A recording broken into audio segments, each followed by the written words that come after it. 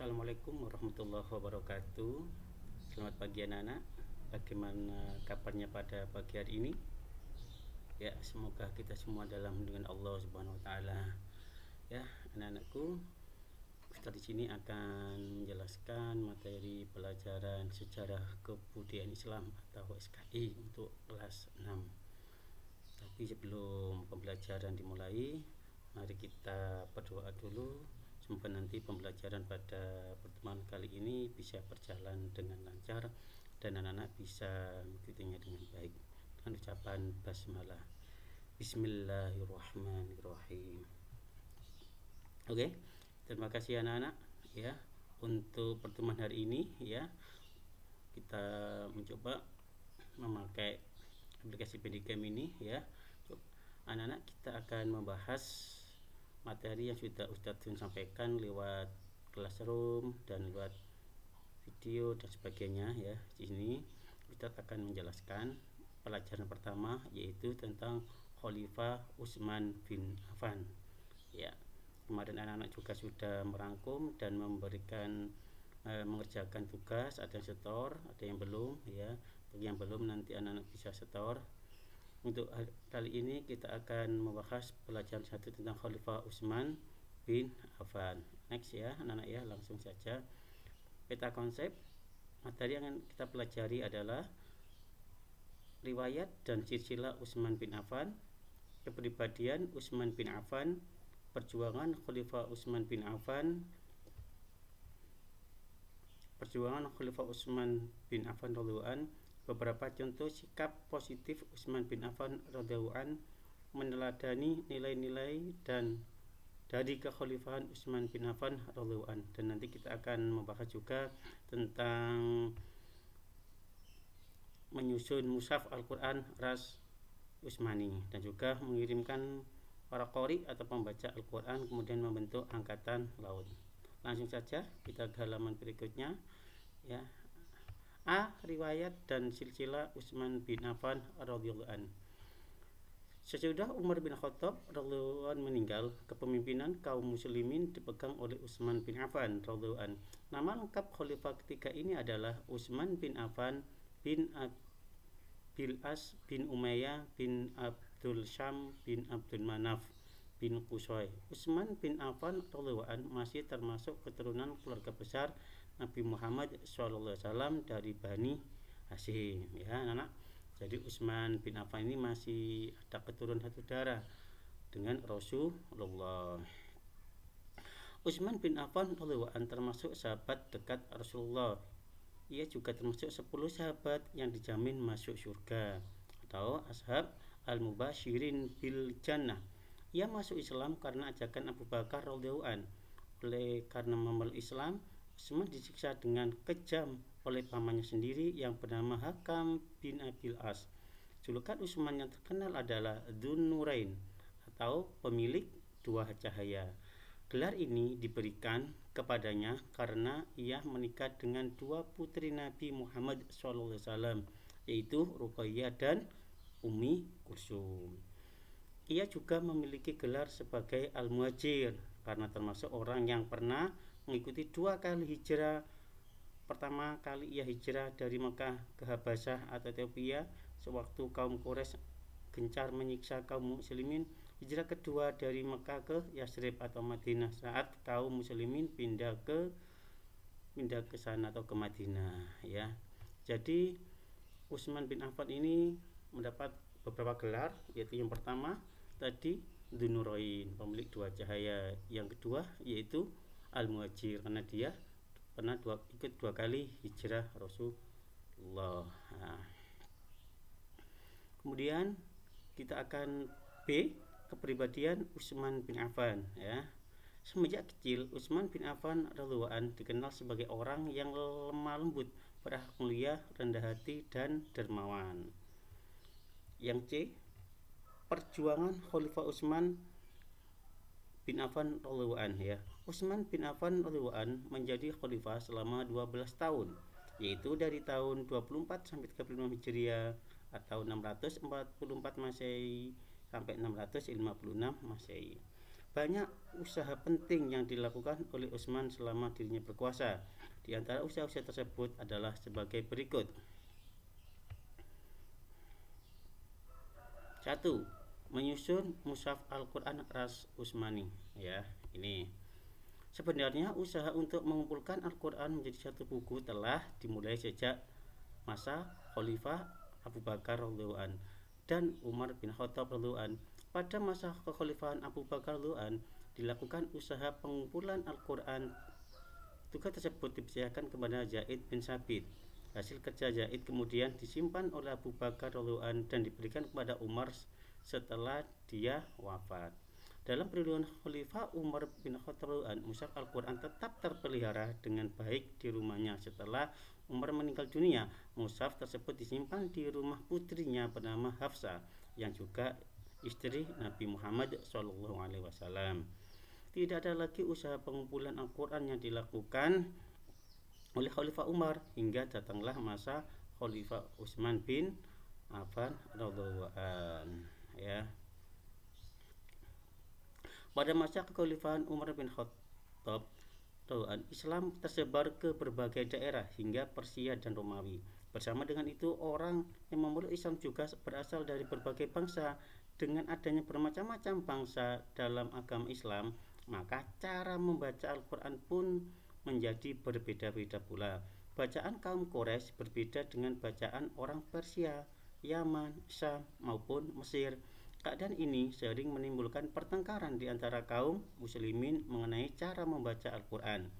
Akan tetapi, Umar belum sempat menghimpun Al-Quran menjadi satu kumpulan dengan satu macam bacaan. Ia sibuk dengan usaha perluasan wilayah Islam. Perselisihan mengenai cara bacaan Al-Quran yang berbeda-beda ini semakin meningkat pada masa Utsman bin Affan radhiyallahu an. Hudzaifah bin Yaman yang pernah ikut bertempur menaklukkan Armenia dan Azerbaijan mengkhawatirkan pertikaian antara kaum muslimin mengenai bacaan Al-Quran. Hudzaifah kemudian segera melaporkan kejadian yang dialaminya kepada Utsman. Khalifah pun lalu mengumpulkan para sahabat yang berada di Madinah.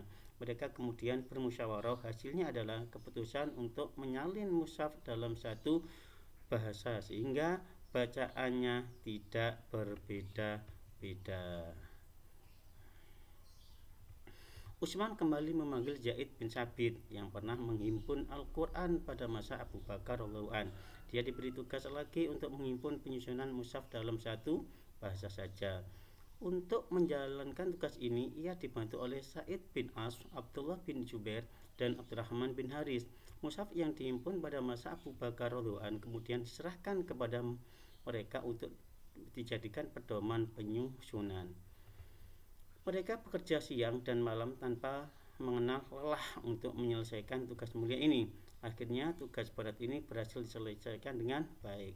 Mushaf yang mereka susun dalam satu bahasa kemudian disebut sebagai Mushaf Ras Utsmani karena ditulis atas perintah Khalifah Utsman bin Affan radhiyallahu an. Nah, itulah sekilas latar belakang kenapa pada zaman Utsmani ada pembukuan. Itu Islam sudah menyebar ke berbagai bangsa dan negara, cara membacanya beda-beda.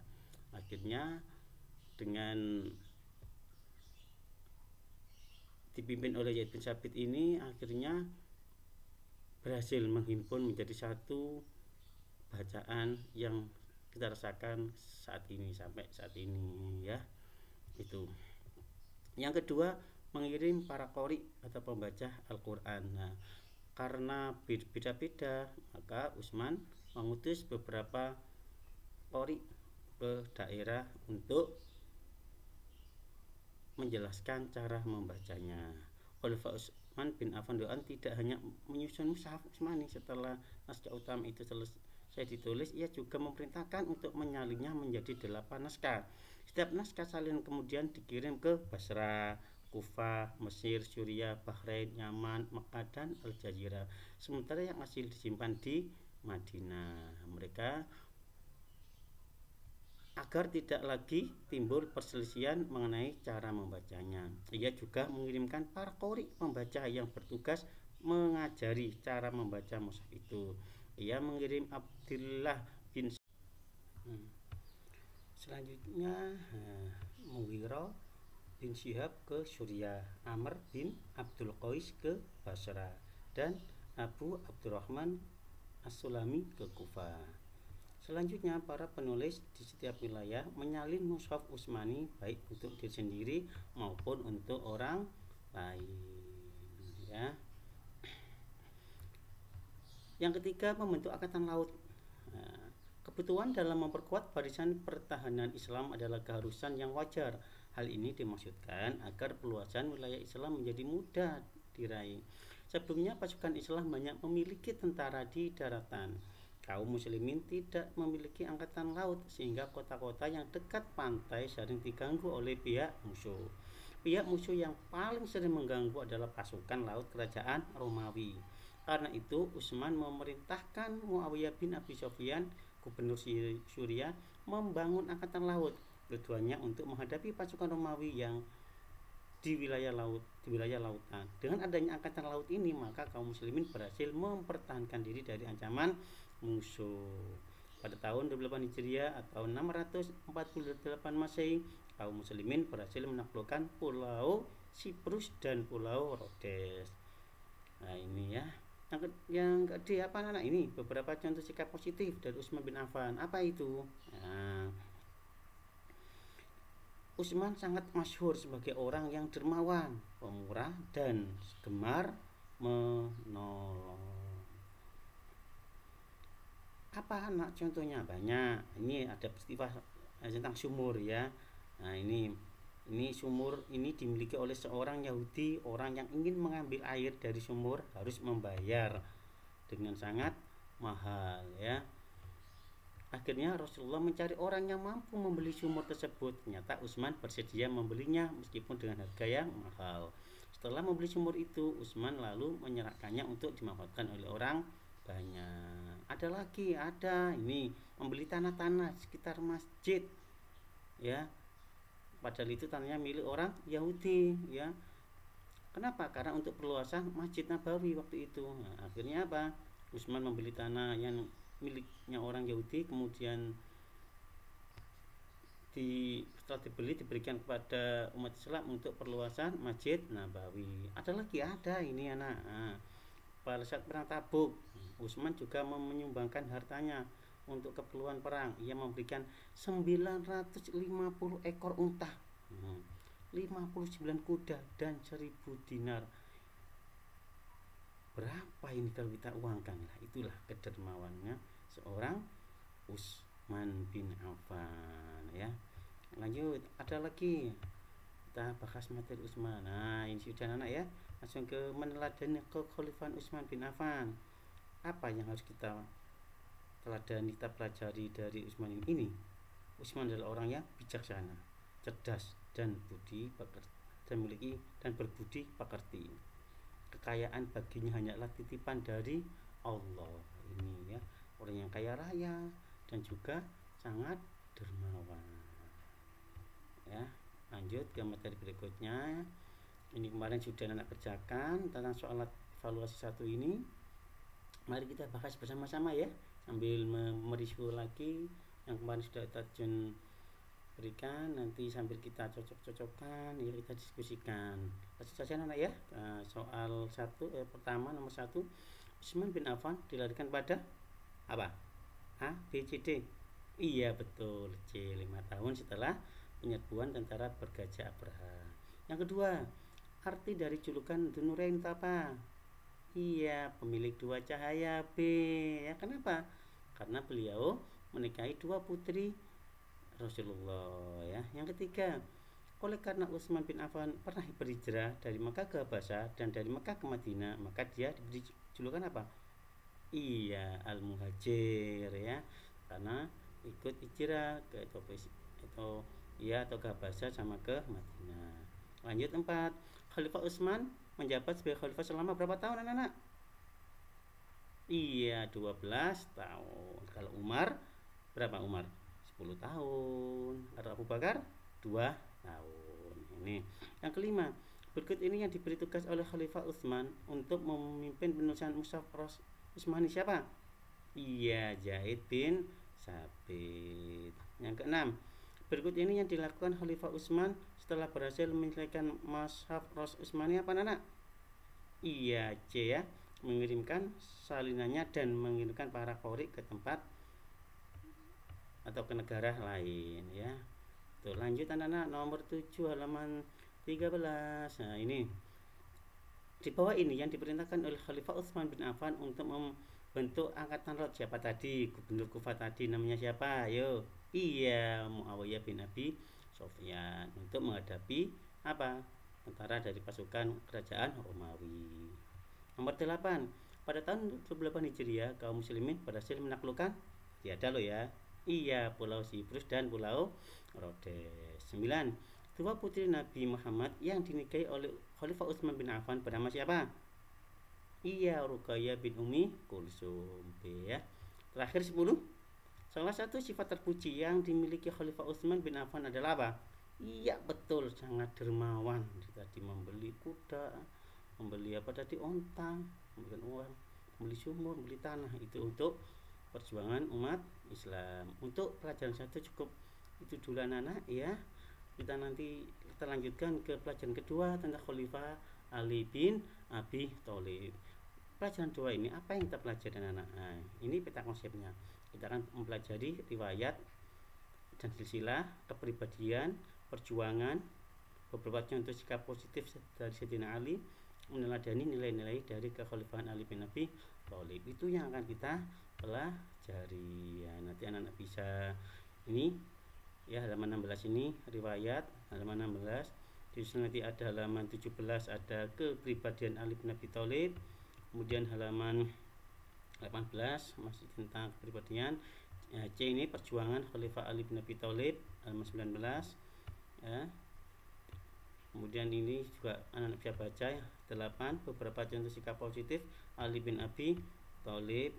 Nah, kemudian dilanjut lagi sampai halaman ini D, meneladani halaman 24 tadi, berarti terakhir ya, 24 ini. Oke. Jadi anak bisa membaca halaman 16 sampai halaman 24. Nanti dicari kata-kata yang penting atau merangkum, nanti tolong ditulis dan di foto hasil tulisan anak-anak, bisa dikirim di classroom atau lewat WhatsApp Ustadz ya. Itu merangkumnya bukan dari sini anak-anak ya, bukan ya, tapi kalian membuat sendiri, kalian buat sendiri rangkuman ya, sendiri ya. Nanti ya seperti tadi, kalian foto kirim ke classroom atau WhatsApp Ustadz Jun ya.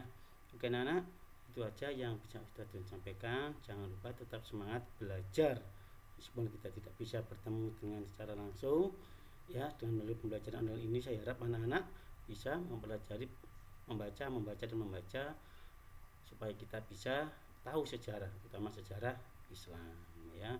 Jangan lupa tugasnya dan jangan lupa ibadahnya ya, tetap dijaga sholatnya. Itu aja dari Ustadz Jun, kurang lebihnya mohon maaf. Ustadz Jun akhiri. Assalamualaikum warahmatullahi wabarakatuh.